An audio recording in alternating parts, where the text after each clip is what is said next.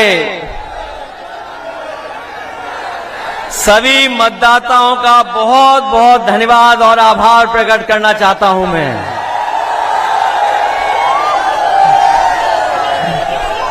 मैं देख रहा हूं जितना बड़ा मैदान हमें दिखाई दे रहा है उससे ज्यादा हमें लोग चारों तरफ दिखाई दे रहे हैं। इस मैदान का कोई कोना खाली नहीं है।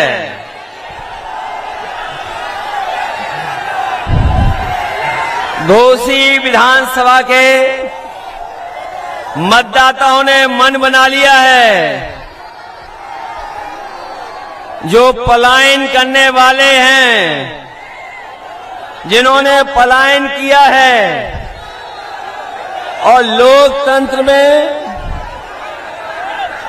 जो वोट का विश्वास तोड़ा है, इस बार घोसी विधानसभा की जनता उन्हें सबक सिखाने जा रही है।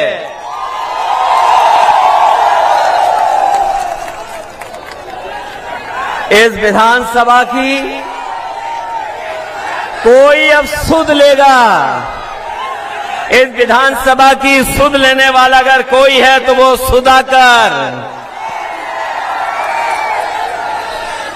सुधाकर सिंह जी। ये आम लोगों के प्रत्याशी हैं, आपके प्रत्याशी हैं, आपके बीच के हैं। ये चट्टी चौराहे पर जहां चाहो वहां रोक लो, ऐसे नेता हैं, आपके बीच के हैं, जिन्होंने मतदाताओं को धोखा दिया था। उनको सबक सिखाने के लिए ये जो जन समर्थन दिखाई दे रहा है, ये बता रहा है कि सुधाकर सिंह इस बार ऐतिहासिक वोटों से जीतने जा रहे हैं। मैं कई दिनों से लगातार घोसी विधानसभा में प्रचार जो हो रहा उसको देख रहा हूं। कोई नेता बीजेपी का जो मंत्री है, शायद कम ही मंत्री बचे होंगे जिन्होंने घोसी में आने का काम नहीं किया हो। घोसी में मंत्री, एक मंत्री, दो मंत्री, तीन, न जाने कितने मंत्री आए हैं। और यहां पर जितने लोग खड़े हैं वो जानते होंगे कि एक मंत्री एक किसान के हाथ को पकड़ करके खेतों में घूम रहे थे। मंत्री जी से ने पूछा कि यहां पर कौन जीतने वाला है? पहले तो ज्यादा वोटों से इस बार जिताओगे, पहले हजारों से जीते थे, इस बार उससे ज्यादा जीतेंगे। जो मंत्री किसान का हाथ पकड़े जा रहे थे, उन्हें लगा कि किसान उनके धोखे में आ जाएगा, उनके जुमलों में फंस जाएगा। लेकिन मैं बधाई देना चाहता हूं उस पत्रकार को, मंत्री जी के जाने के बाद, जिन्होंने हाथ पकड़ करके अपने खेतों में घुमाया था। जब पत्रकार साथी ने पूछा कि कौन जीतेगा यहां से, वो गरीब किसान गांव में रहने वाला हमारा, उसने कहा कि सुधाकर यहां से हजारों वोटों से जीत करके जाने वाले हैं। ये मंत्री अपनी उपलब्धि नहीं बता रहे। जिस मंत्री ने किसान का हाथ पकड़ा था, तमाम मंत्री आ रहे हैं धोखा देने, अपनी उपलब्धियां नहीं बता रहे यहां आकर के। वो किसान जो अपनी पैदावार की चिंता में डूबा है, उसकी फसल की कीमत कैसे मिले, ये मंत्री जो घूम रहे सरकार के, वो ये नहीं बता पाए कि डीजल सस्ता मिलना चाहिए किसान को, खाद कीटनाशक दवाई, और जब हमारे किसान की पैदावार तैयार हो जाए तो ये बीजेपी के लोग बताना भूल गए कि लाल किले से लेकर के मंचों तक कहा था कि हमारे किसान की पैदावार जो होगी उसकी आय हम दोगुनी कर देंगे। यहां हमें दिखाई दे रहे हैं या किसान, बताओ ये डबल इंजन की सरकार वालों ने किसी किसान की आय दोगुनी की हो तो बताइए। ये लोग कह रहे डबल इंजन से कुछ नहीं होता, इंजन का ड्राइवर अच्छा होना चाहिए। हमें वो ड्राइवर नहीं चाहिए इंजन का जो इंजन छोड़ करके ड्राइवर भाग गया हो। हमने अपने बीच का नेता चाहिए, हमें अपने बीच का नेता। ये लोग जो दूर दूर से घोसी में चल करके आए हैं, उनकी भाषा आपने सुनी होगी विरोधियों की। विरोधी न जाने क्या क्या कहने लगे हैं। जो विरोधियों की भाषा बदली है वो इसीलिए बदली है कि यहां का किसान, यहां का गरीब, यहां का नौजवान सब जाति धर्म तोड़ करके साइकिल के साथ और समाजवादी पार्टी के प्रत्याशी सुधाकर सिंह के साथ खड़े दिखाई दे रहे हैं।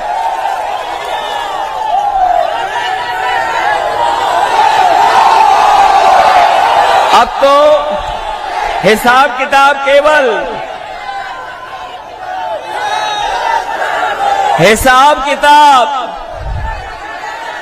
इस बात का नहीं है।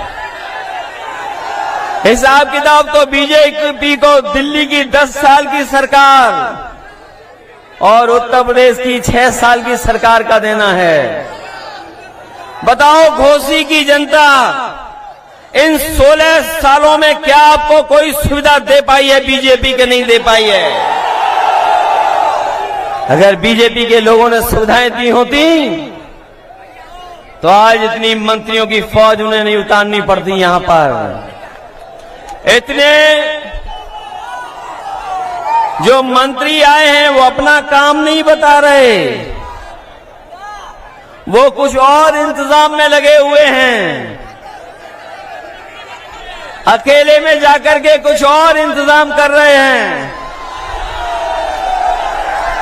बताओ इंतजाम को जो इंतजाम कर रहे हैं कहीं उसके धोखे में तो नहीं आ जाओगे आप लोग? चुनाव से पहले ये जनता में जब हार गए हैं तो प्रशासन को आगे कर देंगे। ये प्रशासन के लोग चुनाव लड़ना चाहते हैं, लेकिन हमें पता है घोसी की बहादुर जनता है, ये प्रशासन से तो नहीं घबरा जाएगी।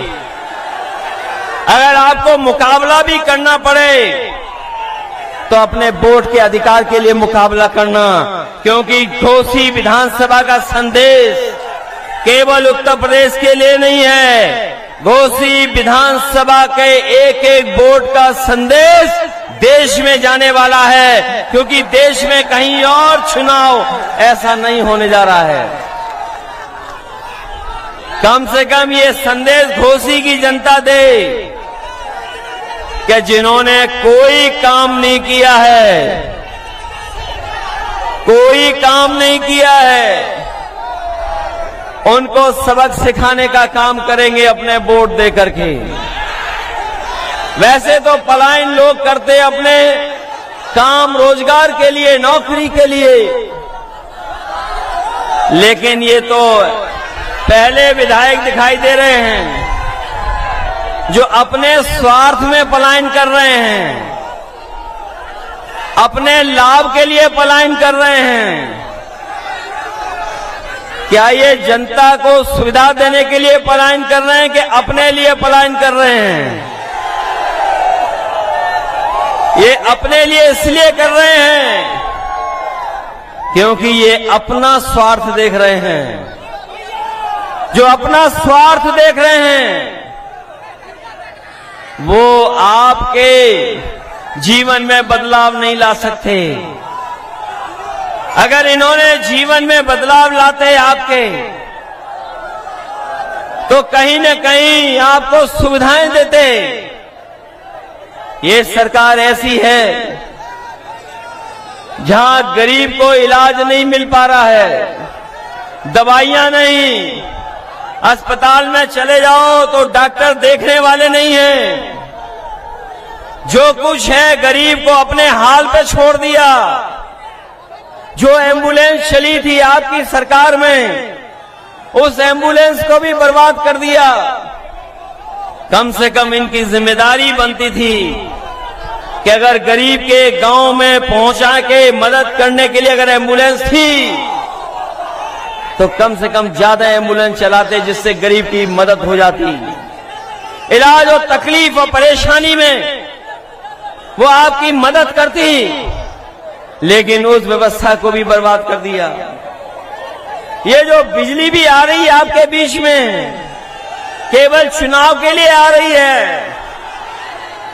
और जो बिजली आ भी रही है, जिनके यहां मीटर लग गए, बताओ कितने का बिल आ रहा है आपके यहां पर? बिल आ रहा हजारों का। और अगर बिल नहीं दे पा रहे हो तो नोटिस आ रहा है साथ साथ। नोटिस। और महंगाई कहां पहुंच गई है? जो कभी फ्री दिया था सिलेंडर, बताओ आज उस सिलेंडर की कीमत क्या है? कीमत कहां पहुंच गई? जो आप सामान बाजार से खरीद रहे हैं, बताओ हर सामान महंगा हो गया कि नहीं महंगा है? ये बीजेपी के लोग गरीब की जेब से पैसा निकाल करके अमीरों की तिजोरी भरने का काम कर रहे हैं और जो सुविधाएं गरीबों को मिलनी चाहिए उन सुविधाओं को छीनने का काम कर रहे हैं। क्या घोसी की विधानसभा इतिहास बनाने जा रही कि नहीं जा रही? बताओ आप। ऐसा चुनाव शायद ही उत्तर प्रदेश में देखने को मिला होगा, जहां पर समाजवादी पार्टी के प्रत्याशी के लिए जाति धर्म से लेकर के सब सीमाएं टूट गईं। अगर जाति धर्म की सीमाएं टूटी हैं तो दलों के भी सब बंधन टूट गए। जो दल कभी हम लोगों के खिलाफ थे, आज सब दल समर्थन कर रहे हैं समाजवादी पार्टी का। हम उन दलों को बधाई देते हैं कि जो समाजवादी पार्टी के साथ खड़े होकर के समाजवादियों का साथ दे रहे हैं। कि ये महत्वपूर्ण लड़ाई है, कोई छोटी बड़ी लड़ाई नहीं है। ये बड़ा फैसला होगा आपका, और ये ऐसा फैसला है जो देश की राजनीति में भी बदलाव लाएगा। जब से समाजवादी और देश के दल एक हो गए, जब से इंडिया गठबंधन बना है, लोग घबराए हुए हैं कि इंडिया गठबंधन कैसे बन गया। न केवल गठबंधन से घबराए हुए हैं, बल्कि जो सवाल उठाए जा रहे हैं कि जब तक जाति जनगणना नहीं होगी तब तक हम सबका साथ सबका विकास नहीं कर पाएंगे। ये जो लोग सबका साथ की बात कर रहे हैं, वो सबके बीच में गैर बराबरी नहीं खत्म करना चाहते। और जब तक गैर बराबरी नहीं खत्म होगी, जब तक जाति जनगणना नहीं होगी, तब तक हम समाज में बराबरी कैसे लाएंगे? इसलिए समाजवादी पार्टी और समाजवादी पार्टी के हमारे साथी जो सपना देखा था बाबा साहब भीमराव अम्बेडकर जी ने जो सपना देखा डॉक्टर राम मनोहर लोहिया जी ने और जो संघर्ष का रास्ता दिखाया नेताजी ने, उसी रास्ते पे चल करके हम लोग उत्तर प्रदेश और देश में बदलाव लाना चाहते हैं। जो लोग समझदार होंगे, जो अखबार पढ़ते हैं, वो जानते होंगे कि बीजेपी की सरकार लगातार संविधान की धज्जियां उड़ा रही है। जो संस्थाएं संवैधानिक हैं, जिन संस्थाओं से हमें न्याय की उम्मीद है, उन संस्थाओं को भी ये हस्तक्षेप कर करके बर्बाद करना चाहते हैं। इसलिए ये घोसी का चुनाव जहां केवल एक विधानसभा का है, लेकिन ये संदेश पूरे देश में देने जा रहा है, पूरे देश को संदेश देगा।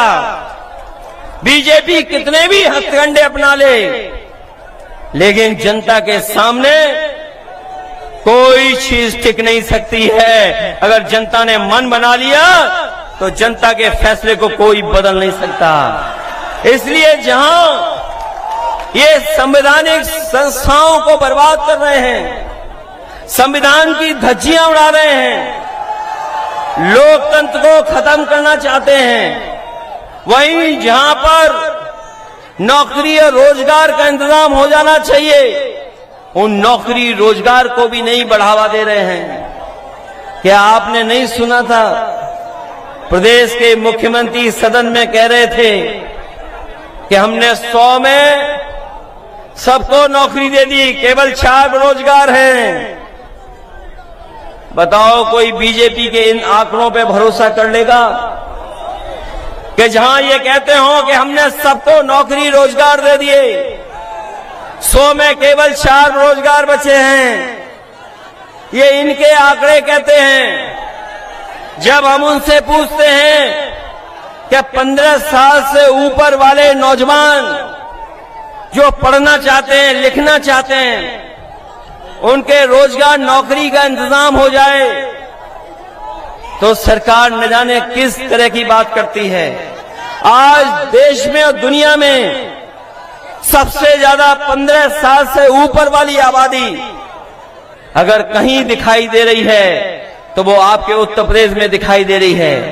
जिसकी पढ़ाई की, नौकरी की, रोजगार का इंतजाम क्या होगा, लेकिन ये बीजेपी के लोग उनके भविष्य को अंधकार में डालना चाहते हैं। अभी जो जानकारी मिली है, 3000 प्राइमरी स्कूल ऐसे हैं जहां पर एक भी गरीब बच्चे ने दाखला नहीं लिया, एडमिशन नहीं लिया है। 3000 ऐसे स्कूल हैं जिनमें कोई एडमिशन नहीं मिला, कोई लेने नहीं गया एडमिशन। क्या कोई कल्पना कर सकता है कि सरकारी स्कूल में बच्चे पढ़ने नहीं आ रहे हों, और अगर बच्चे पढ़ भी लें तो उनके पास नौकरी नहीं है, रोजगार नहीं है। मैं लखनऊ से चल करके घोसी तक आया हूं।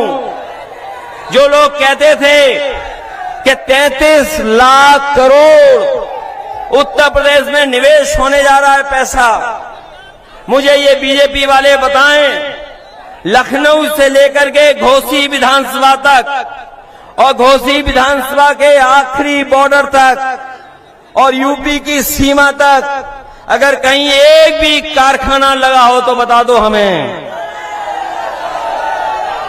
अगर एक भी फैक्ट्री लगाई हो इन्होंने तो बता दो।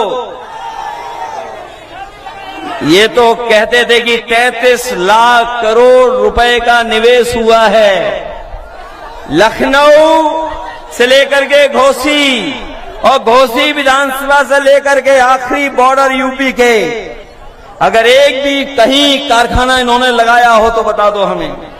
अगर सबसे बड़ी सड़क लखनऊ से और आपके गाजीपुर तक कोई दिखाई दे रही है तो वही पूर्वांचल एक्सप्रेसवे दिखाई दे रहा है, कोई दूसरा बड़ा प्रोजेक्ट नहीं दिखाई दे रहा है।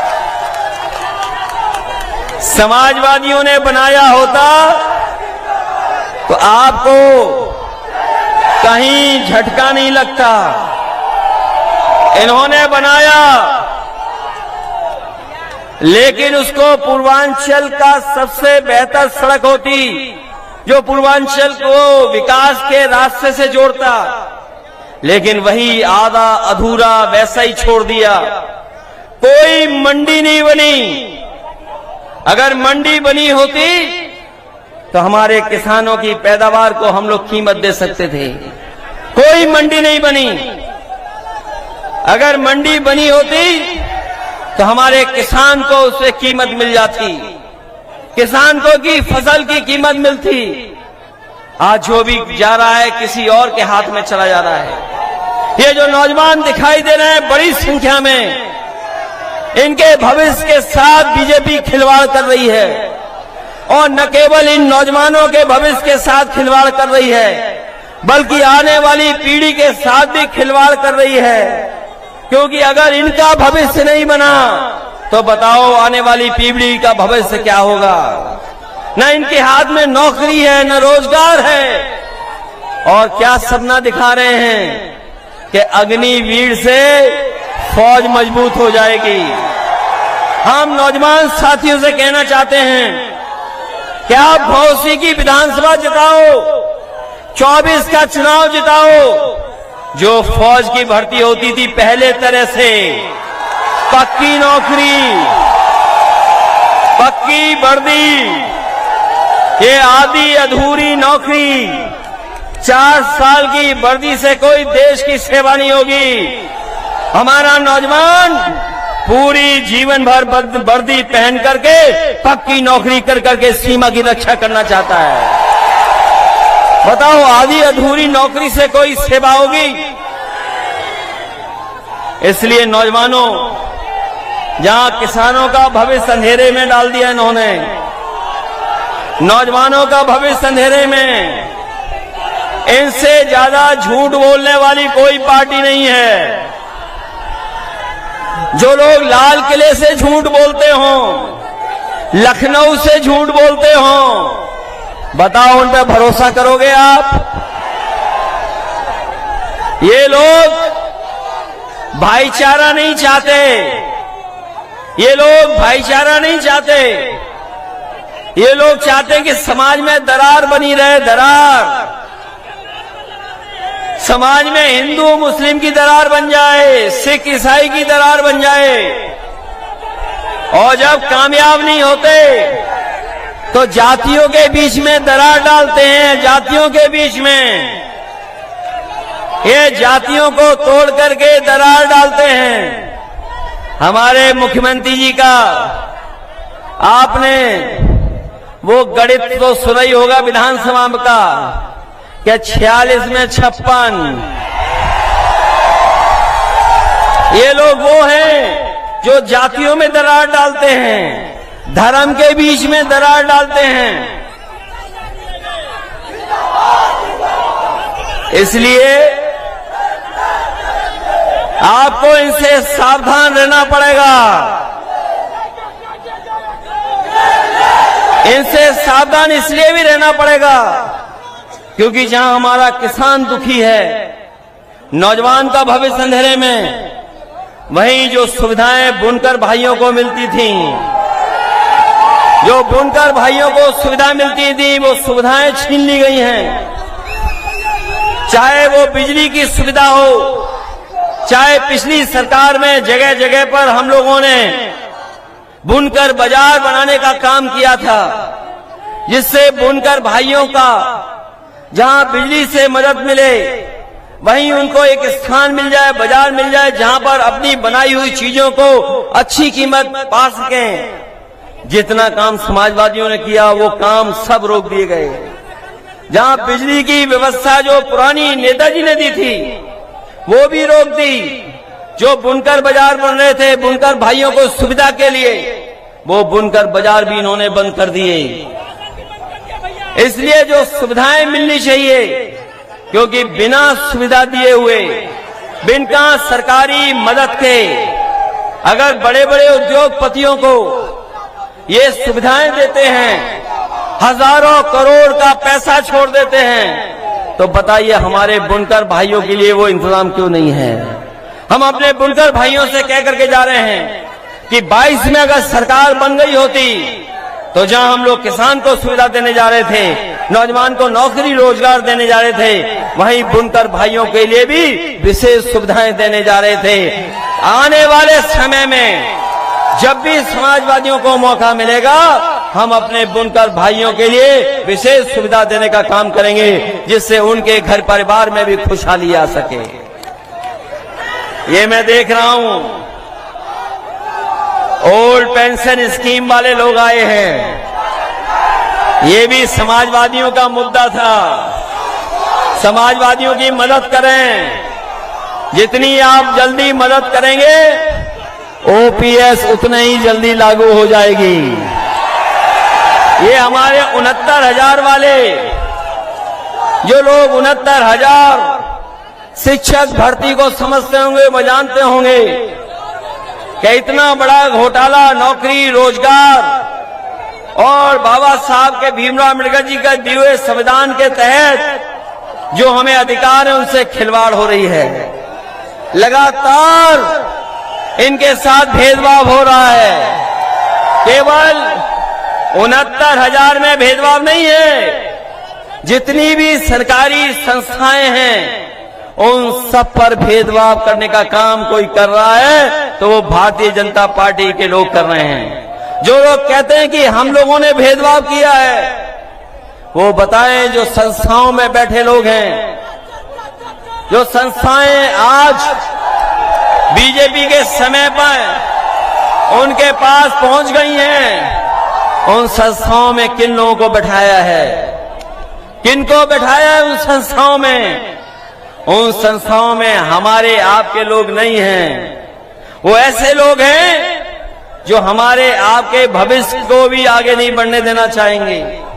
इसलिए लड़ाई बड़ी है और ये लड़ाई केवल घोसी विधानसभा के संदेश की नहीं है, ये 24 के चुनाव के लिए भी संदेश है। इसलिए पहले तो ये कुछ वोटों से रह गए थे और कुछ वोटों से पीछे रह गए थे। पिछली बार चुनाव भी नहीं लड़ा पाए क्योंकि हमें बाहर से भी लोग लाने पड़े, बाहर से भी लोग लाने पड़े इस उम्मीद से कि सब मिल जाएंगे तो हम सरकार बना ले जाएंगे। लेकिन हमें नहीं पता था कि स्वार्थ के लिए कुछ लोग कुछ भी कर सकते हैं। जहां वो उन्हें दिखाई देगा कुछ स्वार्थ, उसी तरफ चले जाएंगे। सुधाकर सिंह जी मामूली वोटों से रह गए थे पिछली बार, वो भी बाई इलेक्शन था, लेकिन ये बाई इलेक्शन अलग तरह का है। सुधाकर सिंह के अलावा और साइकिल के अलावा कुछ दिखाई नहीं दे रहा है। केवल हम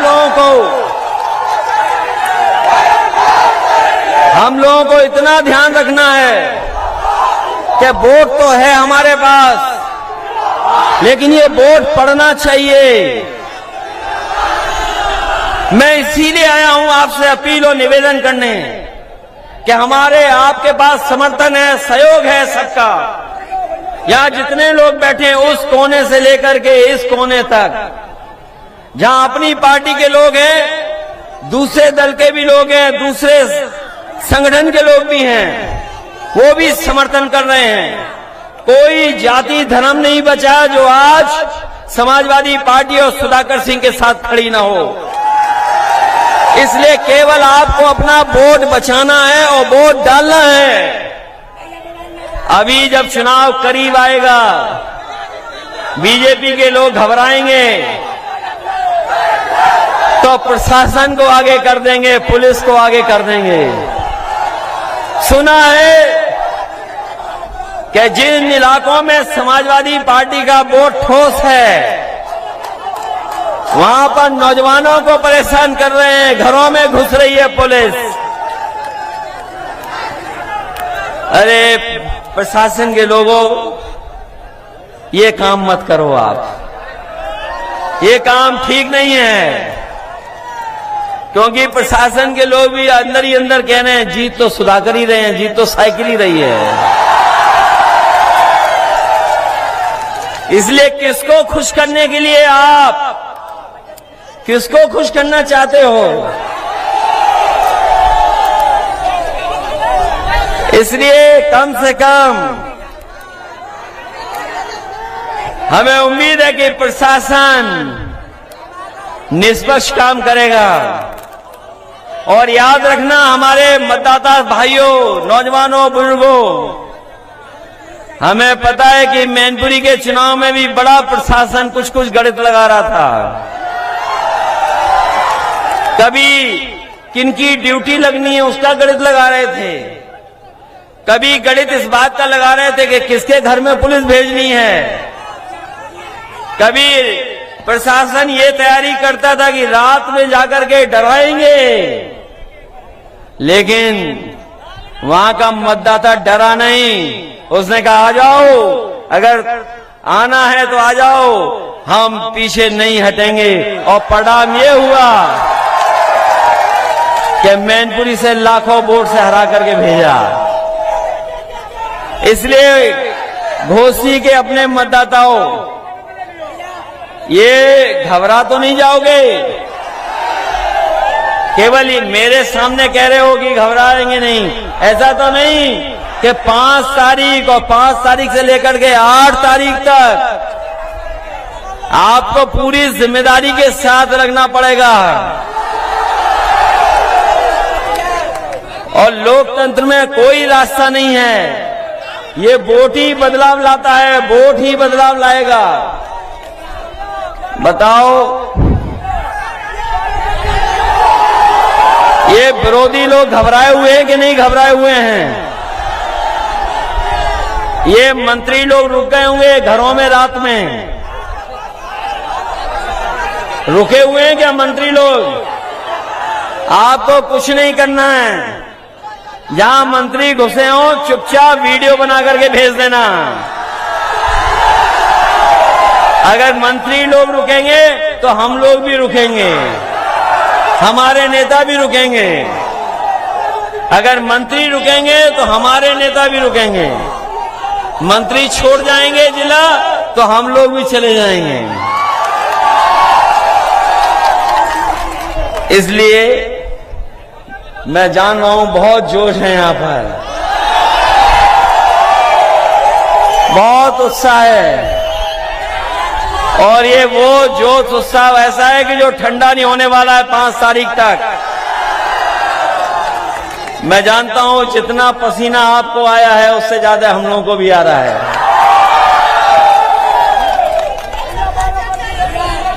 इसलिए सवाल आपके सामने वही बुनियादी हैं, वही किसान संकट में है, खेती करने वाला किसान हमारा संकट में है। नौजवान के भविष्य के लिए कोई सरकार काम नहीं कर रही। एक भी अस्पताल ऐसा नहीं जहां पर गरीब का इलाज हो जाए, दवाई मिल जाए। एम्बुलेंस व्यवस्था भी खराब कर दी। जो हमारी 100 नंबर गाड़ी थी 112 कर करके, वो भी खराब कर दी, उसमें भी कोई व्यवस्था बदली नहीं। और आज तो ऐसा माहौल है कि जहां पर हर वर्ग के लोग आपके समर्थन में जुड़ गए हैं। कोई जाति नहीं बची,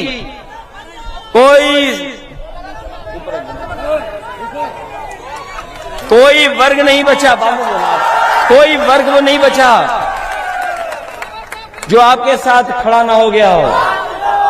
इसलिए सुधाकर सिंह ही सुधार सकते इस विधानसभा को, यही सुधार लाएंगे, यही सुध लेंगे आपकी। बताओ आपकी सुध लेने वाला कौन है? और यही तो है, जहां चाहे वो मिल जाएंगे, आपके बीच के हैं। इसलिए जिताइए इन्हें, आप जिताओगे इन्हें, ये मान लें कि अपना बूथ और अपने गांव में सबसे ज्यादा वोट इनके पक्ष में आप पड़वाएंगे। मैं धन्यवाद देना चाहता हूं अपने जोन प्रभारी, सेक्टर प्रभारी, सह प्रभारी, पर्यवेक्षक जो लगातार लोगों को समझा रहे हैं, लोगों को जोड़ रहे हैं। मैं अपने तमाम संगठन के लोगों को कहूंगा कि आज के बाद केवल अपने आसपास ठीक रखें और वोट डालने का इंतजाम करें। वहीं जहां मैं इन पदाधिकारियों का धन्यवाद देता हूं, वहीं हमारी पार्टी के बड़े नेता यहां पर मंच में हैं। प्रदेश अध्यक्ष जी से लेकर के बलराम यादव जी, लालजी वर्मा, रामशरण राजभर जी, राजेंद्र कुमार जी, दयाराम पाल जी, मिठाईलाल भारती जी, ओम प्रकाश सिंह, चंदेव यादव, राजीव राय जी, काजल निषाद, डॉक्टर राजपाल कश्यप, रामासे विश्वकर्मा जी, अल्ताफ अंसारी जी, हाजी इरफान, राम जतन राजभर, कमलाकांत राजभर, बिचई सरोज, मनु अंसारी, महेंद्र चौहान, धर्म प्रकाश, दूधनाथ यादव जी, श्रीचंद, तिरवन दत्त जी, काशीनाथ जी, आलम बदी जी, नफीस, दुर्गा यादव, अमरीश चंद जी और हमारे तमाम समाजवादी पार्टी के सभी वरिष्ठ नेता जिनके मैं नाम नहीं ले पा रहा हूं, जो मऊ के हैं, इस विधानसभा के हैं, उन सबका मैं धन्यवाद और आभार प्रकट करना चाहता हूं। वहीं महिला संगठन से लेकर के बहुत सारे पदाधिकारी हैं, मैं उनका धन्यवाद देता हूं। यहाँ हमारे फौज के लोग भी दिखाई दे रहे हैं, मैं सैनिक प्रकोष्ठ के लोगों का भी धन्यवाद देता हूं और आए हुए किसान भाइयों का, नौजवानों का, बुनकर भाइयों का मैं उन सबका धन्यवाद देता हूं। और आप सबसे इस उम्मीद और इस भरोसे के साथ कि 5 तारीख को घोसी विधानसभा का परिणाम समाजवादी पार्टी के पक्ष में होगा। आपको केवल अपना वोट डालना है, आसपास के लोगों को समझा करके मदद मांगनी है। जहां और दल के लोग हैं, जो हमारे कांग्रेस पार्टी के हैं, कम्युनिस्ट दल के लोग हैं, जहां पर महेंद्र राजभर जी हैं और उनके तमाम सहयोगी साथी जो आए हैं, मैं उनका भी धन्यवाद देता हूं कि जहां ये चुनाव लड़ना चाहते थे इनका दल, लेकिन इनके दल के प्रत्याशी को चुनाव लड़ने नहीं दिया, उनका पर्चा भी नहीं भरने दिया। ये बीजेपी का नया तरीका है, ये लोकतंत्र में नया तरीका बीजेपी ने अपनाया है, जहां पर लोगों को चुनाव मत लड़ने दो। याद रखना, अभी तो ये इन्हें रोक रहे हैं, अगर ये 24 में सरकार बना ले गए तो हो सकता है हम और आप भी भविष्य में कभी वोट न डाल पाएं। इसलिए घोसी विधानसभा से ही मन बनाइए कि जो लोग हमें आपको लोकतंत्र में धोखा देके गए हैं, जो आपके भरोसे का विश्वास के और जो आपने भरोसे के साथ वोट डाल करके जिता करके भेजा था, वो अपने स्वार्थ में गए हैं, जनता के स्वार्थ में नहीं गए हैं। और अगर आपके स्वार्थ में गए होते तो 17 साल, 10 साल और लगभग 7 साल यूपी सरकार ने बताओ क्या विकास किया है। अगर कोई जनता को सुविधाएं दी हो इन्होंने तो बताइए आप। इसलिए जहां ये लोग केवल धोखा दे करके वोट ले रहे हैं और जो लोग थोड़ा बहुत सुविधाएं दे रहे हैं, लेकिन अगर आप महंगाई की तुलना करोगे तो महंगाई इतनी बढ़ा दी है कि हमारा किसान और गरीब कभी खुशहाल नहीं हो सकता। इसलिए इन्हीं शब्दों के साथ मैं जनवादी पार्टी के संजय चौहान जी का भी धन्यवाद देता हूं कि उनका भी सहयोग और समर्थन मिला है।